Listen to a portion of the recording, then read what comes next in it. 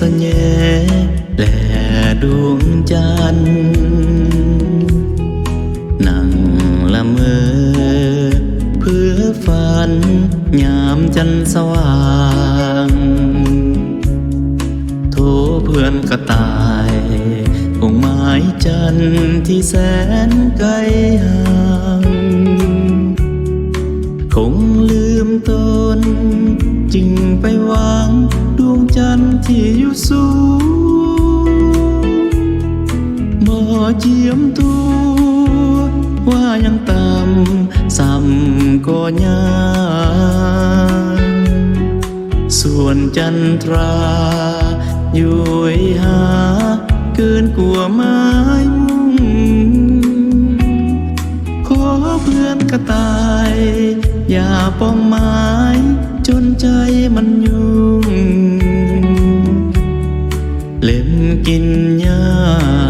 ให้อิ่มพุงปรับปรุงชีวิตไปอย่าเลยนะอย่าเฝ้า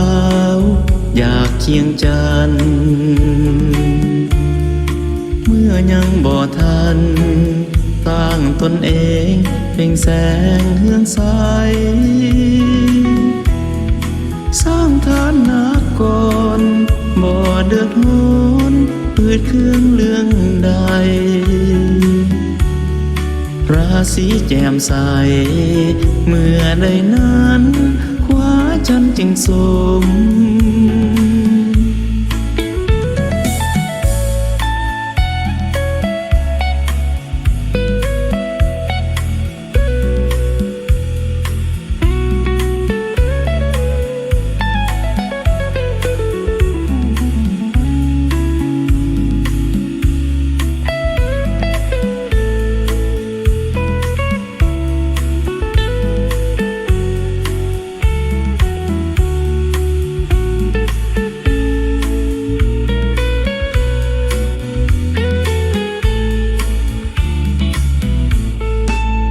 กระต่ายน้อยคอยสัญญาและดวงจันทร์นั่งละเมอ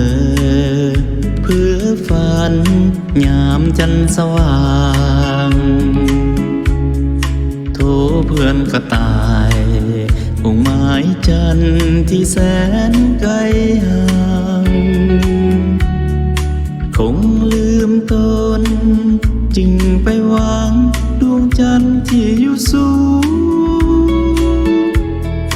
บ่เจียมตัวว่ายังต่ำซ้ำก็ยังส่วนจันทราอยู่หาเกินกลัวไม้มุ่งขอเพื่อนกระต่าย